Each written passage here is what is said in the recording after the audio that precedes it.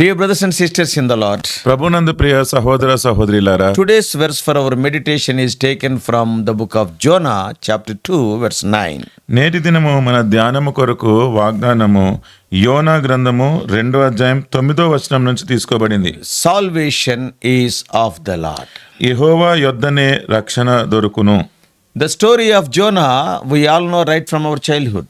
యోనా కథ మన బాల్యం నుండే మనం అందరం ఎరుగుదాం. Now he is a prophet, disobedient prophet. He prayed from the fish of the belly, belly of the fish. ఈయన అవిధేయుడైన ప్రవక్త, ఆయన చేప కడుపులో నుంచి ప్రార్థన చేసినాడు. But this chapter 2 verse 9, అయితే ఈ 2వ అధ్యాయం 9వ వచనములో it is the climactic, this is the climax, that is conclusion of Jonah's prayer from inside great fish. ఆ పెద్ద చేప కడుపులో నుంచి యోనా చేస్తున్న ప్రార్థన, ఆ ప్రార్థన యొక్క ముగింపు ఇది. And after recounting his desperation and God's deliverance, ఆయన ఎటువంటి దుస్థితిలో ఉన్నాడో అది జ్ఞాపకం చేసుకుంటూ దేవుని యొక్క విమోచన ఆయన గుర్తు చేసుకొని, and Jonah responds with worship and a declaration of faith. దేవునికి ఆరాధన చెల్లిస్తూ ఒక మాట ఆయన ఇక్కడ ప్రకటిస్తూ ఆయన ప్రతిస్పందిస్తున్నాడు. He promises to offer sacrifices to God with shouts of grateful praise. ఆయన కృతజ్ఞతాస్తుతులు చెల్లించి నేను నీకు బలులు నర్పింతును అని చెప్తూ ఉన్నాడు. And he is telling, I will fulfill the vows I made to you. నేను మ్రొక్కుకొని నా మ్రొక్కు బలులను నేను చెల్లిస్తాను అని చెప్తున్నాడు. And his final proclamation is, salvation comes from the Lord. అక్కడ చివర్లో చెప్తున్న మాట ఏంటి అంటే, యెహోవా యొద్దనే రక్షణ దొరుకును. It is a profound statement for you and me to trust. మీరు నేను నమ్మడానికి ఇదెంతో గంభీరమైన మాట. Oh, God only can save you and me. దేవుడు మాత్రమే నిన్ను నన్ను రక్షించగలడు. This verse shows Jonah's repentance. యోనా యొక్క పశ్చాత్తాపము ఈ వచనం చూపిస్తుంది. And also Jonah's gratitude. యోనా యొక్క కృతజ్ఞతా భావం. And it is speaking of the recognition of God's sovereignty and mercy. దేవుని యొక్క కనికరము, దేవుని యొక్క సార్వభౌమత్వమును ఆయన గుర్తిస్తున్నాడు, ఒప్పుకుంటున్నాడు అని చూపిస్తుంది. In Jonah's time, యోనా సమయంలో and sacrifices and vows were an integral part of worship and a way to show devotion to God. మ్రొక్కు బలులు గాని, బలులు అర్పించడం గాని, అవన్నీ కూడా వారి అనుదిన జీవితంలో దేవునికి భయభక్తులు చూపించే Worship. క్రియలు, ఆరాధించే క్రియలు. And Jonah's promise to make sacrifices and keep his vows, యోన ఆయన బలులు నర్పించి ఆయన మ్రొక్కుబలు చెల్లిస్తాను అని చెప్పడంలో, and it reflects a recommitment to his prophetic calling and his relationship with God. ఆయనని దేవుడు ప్రవక్తగా పిలిచిన పిలుపుకి, దేవునితో ఆయన కలిగి ఉన్న సంబంధానికి తిరిగి సమకూర్చుకునే విషయాన్ని మనం ఇక్కడ గమనిస్తూ ఉన్నాం. His declaration that salvation comes from the Lord only. యెహోవా యొద్దనే రక్షణ దొరుకును అని ఆయన చెప్తున్న ఈ మాట, See, all around him there are polytheistic beliefs are there. చూడండి, ఆయన చుట్టూరు కూడా ప్రజలందరూ కూడా అనేకమైన దేవుళ్ళని నమ్మే విషయం ఉంది. But he is telling, అయితే ఆయన అంటున్నాడు, salvation is of the Lord only. యెహోవా యొద్దనే రక్షణ దొరుకుతుంది. What does it mean?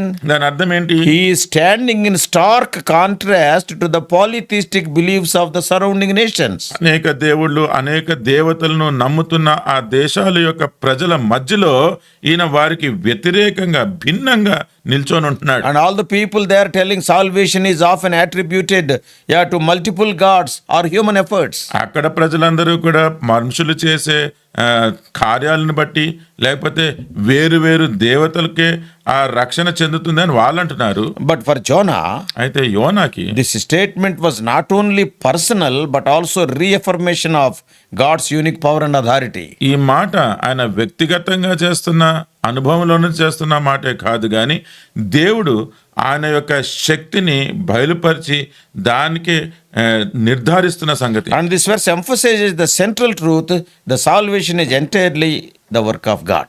చూడండి, ఒక మూలమైన సంగతి దేవునికే రక్షణ చెందుతుంది అన్న విషయము ఇక్కడ నొక్కి చెప్పబడుతుంది. What does it mean? దాని అర్థం ఏంటి? This means that either human efforts or idols or any other means cannot provide ultimate deliverance. దాని అర్థము ఏ దేవతలు గాని, విగ్రహాలు గాని, మనుషులు చేసే ప్రయత్నాలు గాని అవి రక్షణ అనుగ్రహించలేవు. And Jonah's prayer acknowledges that God's grace and mercy, and he highlighting the salvation is a gift freely given to those who trust him. ఇప్పుడు యోనా చేస్తున్న ప్రార్థన మనకి ఎత్తి చూపిస్తున్నది ఏంటి అంటే దేవుని యొక్క కృపా కనికరములు, అంతేకాకుండా ఉచితంగా అనుగ్రహిస్తున్న ఈ రక్షణ ఆ దేవుని ద్వారానే పొందుకోగలం. Whoever trusts him, they will get the free gift of salvation. ఎవరైతే ఆయన యందు విశ్వాసం ఉంచుతారో వారు ఈ ఉచితమైన రక్షణ పొందుకుంటారు. And this verse also shows that true worship involves gratitude and obedience. ఈ వచనము ఇంకొక సంగతి ఏం చూపిస్తుంది అంటే నిజమైన ఆరాధన అది కృతజ్ఞత అలాగే విధేయత And చూపిస్తుంది. also a willingness to fulfill our commitments to God.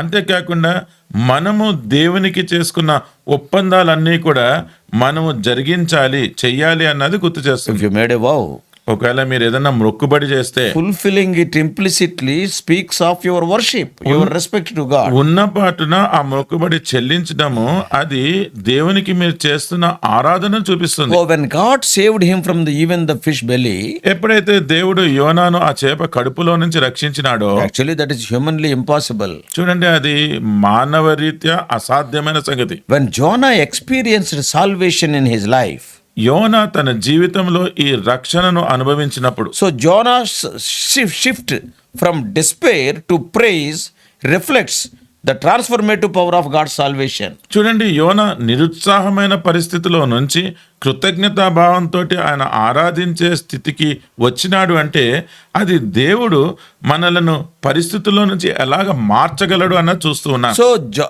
and when he changes, the transformation brings us this worship.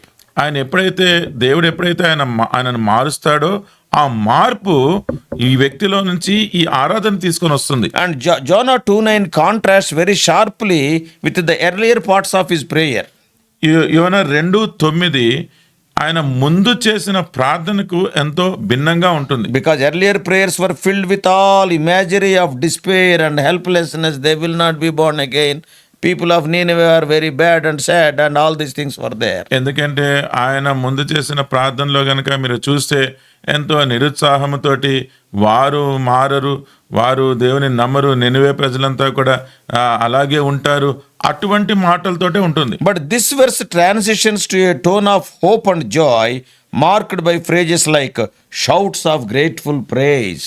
ఆయన కృతజ్ఞతాస్తుతులు చెల్లించి అని ఏదైతే పదాలు ఇక్కడ వాడుతూ ఉన్నారో దానిని బట్టి ఎంతో గొప్ప నిరీక్షణ, ఆనందంతో కూడిన అనుభవాన్ని ఇక్కడ తెలియజేస్తున్నాయి. So the declaration salvation comes from the Lord, it serves as the central theme of Jonah's prayer in the entire book. అందుకనే ఈ మాట ఏదైతే చెప్తున్నాడు యెహోవా యొద్దనే రక్షణ దొరుకును అన్న ఈ మాట యోనా గ్రంథమంతటికి కూడా అదే మూల అంశము. It encapsulates God's character and his power to deliver. దేవుని యొక్క గుణశీలనంతా కూడా అది కనపరుస్తూ దేవుడే రక్షించగలడు, విడిపించగలడు అన్న సంగతి నిర్ధారిస్తుంది. Not only he could save Jonah, ఆయన యోనాను రక్షించడమే కాదు, but also the people of Nineveh. Nineveh ప్రజలను కూడా. And if you extend the same truth, every one of us who believes in him, he is able to save.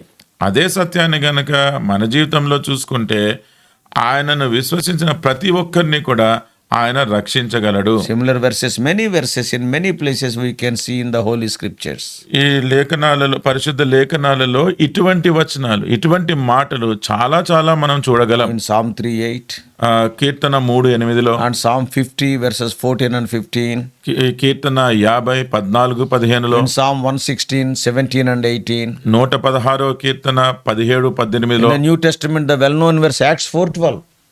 నూతన నిబంధనలో అంత పరిచయమైన వాక్యమే అపోస్తుల కార్యములు 4:12. So from Jonah 2:9 what we understand is, యోనా 2:9 నుంచి మనం అర్థం చేసుకుంటున్నది ఏంటంటే when God works in our lives, it must be followed by gratitude and praise. దేవుడు మన జీవితంలో ఆయన కార్యము చేసినప్పుడు, పని చేసినప్పుడు మనము స్తుతులతో, కృతజ్ఞతా స్తుతులతోటి మనం ప్రతిస్పందించాలి. It challenges believers to recognize God as a sole source of salvation and respond with worship and obedience.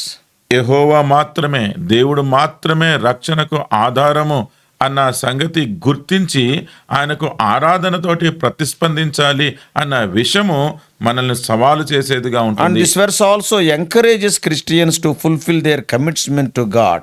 ఈ వచనము క్రైస్తవులందరూ కూడా దేవునికి చేసిన ఆ సమర్పణ ఒప్పందాన్ని వారు నెరవేర్చాలి అని ప్రోత్సహిస్తుంది. They can be personal vows. అవి వ్యక్తిగతమైన మొక్కుబడులై ఉండొచ్చు. Sometimes when we are sick, కొన్నిసార్లు మనకి ఏదైనా అనారోగ్యం ఉన్నప్పుడు, oh Lord, if you heal me, I will do this.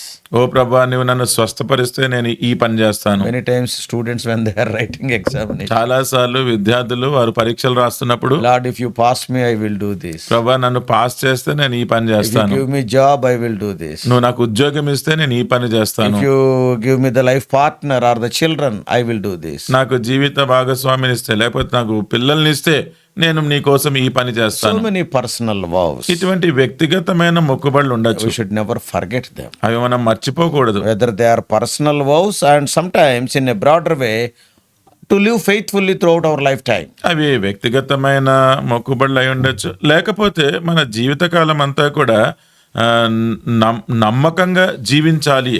See, when we are born again, చూడండి, మనం తిరిగి జన్మించినప్పుడు we will tell to the Lord, మనం ప్రభుతో చెప్తాం, Lord, the remaining part of my life, yes, I will live for you. ప్రభా నా మిగిలిన జీవితం అంతా కూడా నేను నీ కోసమే జీవిస్తాను. Never forget that. అది మర్చిపోవద్దు. After you tell that, అది చెప్పిన తర్వాత you will get a job. మీకు ఉద్యోగం వస్తుంది. Then what the church leaders will say? అప్పుడు సంఘంలో ఉన్న పెద్దలు ఏం చెప్తారు? Oh brother, nowadays you are not seen in the church. ఓ సహోదరుడా, ఏంటి మందిరంలో నువ్వు ఈ మధ్య కనిపించట్లేదు? Then what you will say? అప్పుడు నువ్వేమంటావు? Oh, so busy brother in the office. అబ్బా ఆఫీస్ లో చాలా బిజీగా ఉంటున్నానండి. I am telling you, never forget that vow which you made at the time of repentance. నేను చెప్తున్నది గుర్తు పెట్టుకోండి. మీరు పశ్చాత్తాపపడి తిరిగి జన్మించినప్పుడు దేవునితో మీరు ఏ మొక్కుబడైతే చేసినారో అది మర్చిపోవద్దు. Whatever may happen, ఏమి జరిగినా సరే God must be the top priority in your lives. దేవుడే మీ జీవితంలో ప్రథమ స్థానంలో ఉండాలి. And this is what Jonah is doing. యోనా అదే చేస్తున్నాడు. I will fulfill my vows and I will offer the sacrifices. నా మొక్కుబడులు నేను చెల్లించి నా బలులు నేను అర్పిస్తాను. So this verse is a call to trust God's power to save and to live in a way that reflects his goodness and grace. దేవుడు రక్షించడానికి శక్తిమంతుడు అన్న విషయాన్ని గుర్తించి ఆయన మార్గములలో నడుచుకొని ఆయన కోసం జీవిస్తాను అన్న పిలుపుకి ప్రతిస్పందనగా ఉంది. So Jonah's declaration of God's salvation reflects God's loving nature. యోనా చేస్తున్న ఈ దేవుని యొక్క రక్షణ యొక్క ప్రకటన, అది దేవుడు కృప కలిగిన వాడు, God's nature, loving nature. దేవుని యొక్క ప్రేమ కలిగిన నైజం స్వభావం గురించి చెప్తుంది. God did not abandon Jonah to the consequences of his rebellion. యోనా తను తిరుగుబాటు చేసిన దాన్ని బట్టి ఆయనకు పర్యవసానం ఇవ్వలేదు. But instead he pursued him and rescued him even from the fish belly. దానికి బదులు దేవుడు ఆయనని వెంటాడి ఆయనను రక్షించి, అంటే చేప కడుపులో నుంచి కూడా ఆయనను రక్షించినాడు. What does it show? అదేం చూపిస్తుంది? This verse shows that God's love is not dependent on human worthiness. ఈ వాక్యం మనకి చూపిస్తున్నది ఏంటి అంటే, దేవుని ప్రేమ మనుషుని యొక్క యోగ్యత మీద ఆధారపడి ఉండదు, But depends on his desire to save and restore us. ఆయన మనల్ని రక్షించి తిరిగి సమకూర్చాలి అన్న ఆశ మీద ఆధారపడి ఉంటుంది. Today God is blessing you.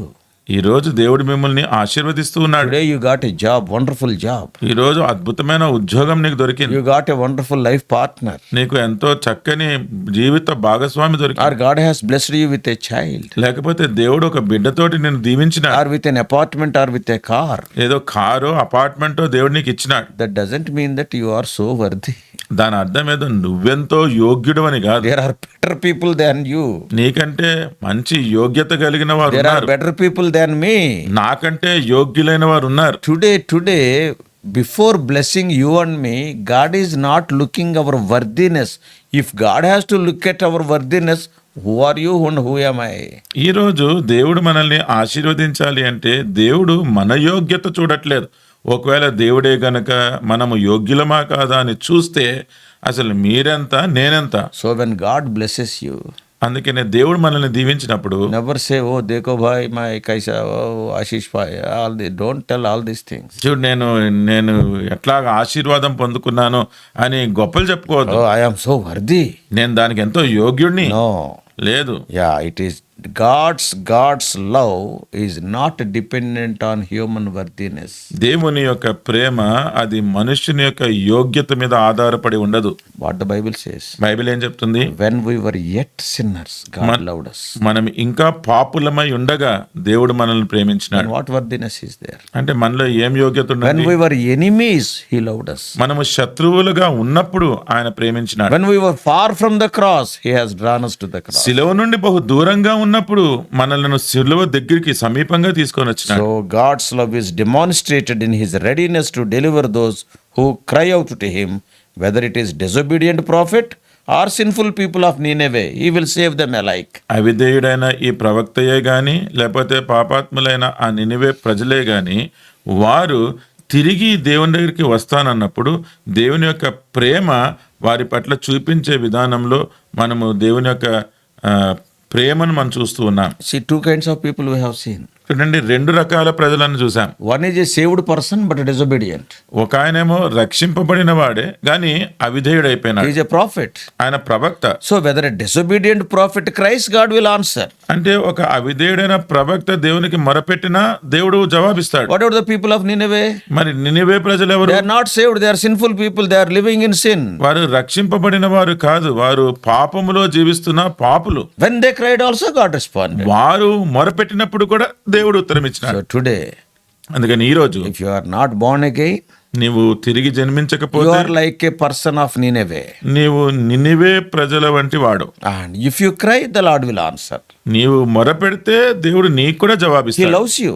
నేను ప్రేమిస్తున్నాడు. God so loved the world. In that world, Nineveh is also included. You are also included. దేవుడు లోకమును ఎంతో ప్రేమించను అంటే ఆ లోకము అన్న పదంలో నినివే కూడా ఉంది, నువ్వు కూడా ఉన్నావు. So He will answer you out of love. అందుకనే ప్రేమను బట్టి నీకు జవాబిస్తాడు. If you are born again, నీవు తిరిగి you are జన్మించే working for Lord, నువ్వు ప్రభు కొరకు but పనిచేస్తుంటే you became disobedient like Jonah. అయితే యోనా వలె నువ్వు అవిధేయుడు అయిపోయినావు. Even in your disobedient state, when you cry unto Him, He will respond out of love. నీ అవిధేయత స్థితిలో ఉండి కూడా దేవునికి మొరపెట్టినప్పుడు దేవుడు తన ప్రేమను బట్టి నీకు జవాబిస్తాడు.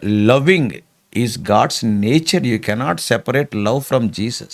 ప్రేమించడము అది దేవుని గుణం. మనము ఆ యేసు ప్రభువు నుంచి ప్రేమను వేరు చేయలేం. Yeah, this is statement.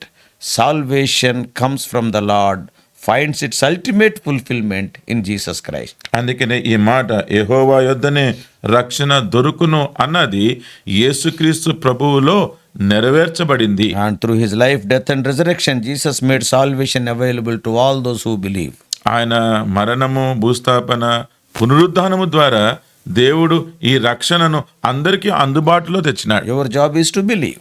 మీ చేయాల్సిన పని ఏంటంటే నమ్మాలి. In John 14:6, యోహాను 14:6లో Jesus Christ declares, యేసుక్రీస్తు ప్రభువారు ఈ విధంగా చెప్తూ ఉన్నారు, I am the way and the truth and the life. నేనే మార్గము, నేనే సత్యము, నేనే జీవము. No one comes to the Father except through me. నా ద్వారా తప్ప తండ్రి యొద్దకు ఎవరు రాలేరు. So Jonah's experience foreshadows the greater salvation offered by Jesus, who rescues you and me from sin and death. అందుకనే యోనా చేసిన ఈ మాట అది యేసుక్రీస్తు ప్రభువారు మనలను పాపం నుండి, మరణం నుండి ఎలాగ రక్షిస్తాడో అన్న దానికి ముందు ఛాయగా చూస్తూ ఉన్నాం. Just as Jonah was saved from the depths, యోనా ఏ రీతిగా అయితే ఆ అగాధములో నుంచి రక్షించబడ్డాడో, Jesus brings us up from the pit of separation from God. యేసుక్రీస్తు ప్రభువారు కూడా మనలను దేవుని దగ్గర నుంచి దూరం అయిపోయి ఉన్న గుంటలో నుంచి ఆయన రక్షిస్తాడు. Oh, may God help us to understand these profound statements. ఈ గొప్ప మాటలు అర్థం చేసుకునేలాగా దేవుడే మనకు సహాయం చేయనుగా. And also utilize its power in our lives. ఈ మాటల యొక్క శక్తిని మన జీవితంలో మనము వినియోగించుకుందాము గాక. Today you pray to the Lord. ఈ రోజే మీరు దేవునికి ప్రార్థించండి. You may be a born sinner or a disobedient child of God. నువ్వు జన్మతోనే పాపివై ఉండొచ్చు, లేకపోతే నువ్వు దేవునికి అవిధేయత చూపిస్తున్న వాడిగా ఉండొచ్చు. Come to Him. ఆయన యొద్దకు రండి. God is love. దేవుడు ప్రేమాస్వరూపి. Let us pray. ప్రార్థన చేసుకుందాం. Loving Heavenly Father, ప్రేమ కలిగిన పరలోకపు తండ్రి, how gracious God, మా కృప కలిగిన దేవా, in spite of our failures and unworthiness, O Lord, Thy nature is unchanging. మా పతనాలు బట్టి, మా అయోగ్యతను బట్టి మేము ఉన్నప్పటికీ కూడా మీ ప్రేమ అయితే మార్పు లేనిది. Oh Lord, you are a loving God. ఓ ప్రభువా, మీరు ప్రేమ కలిగిన దేవుడు. Even in the Old Testament, పాత నిబంధనలో కూడా oh, when Moses was standing in the cleft of the rock, మోషే ఎప్పుడైతే ఆ బండ సందుల్లో నిల్చొని ఉన్నాడు, oh, that wonderful, oh Lord, proclamation was made. He was a God of grace, mercy, and compassion and long suffering. దేవుడు ఎంతో ప్రేమ, దయ, కృప, కనికరము, దీర్ఘశాంతము కలిగిన దేవుడు అన్న మాట ప్రకటించబడింది. Oh Lord, in the case of Noah, Noah సంగతిలో చూస్తే oh, Noah found grace in the sight of God. దేవుని దృష్టిలో నోవా దయ పొందినాడు. And so these things we are seeing right from Genesis. ప్రభా, ఈ సంగతులు ఆదికాండం నుంచి చూస్తూ ఉన్నాం. Help us to utilize this wonderful opportunity available in Lord Jesus.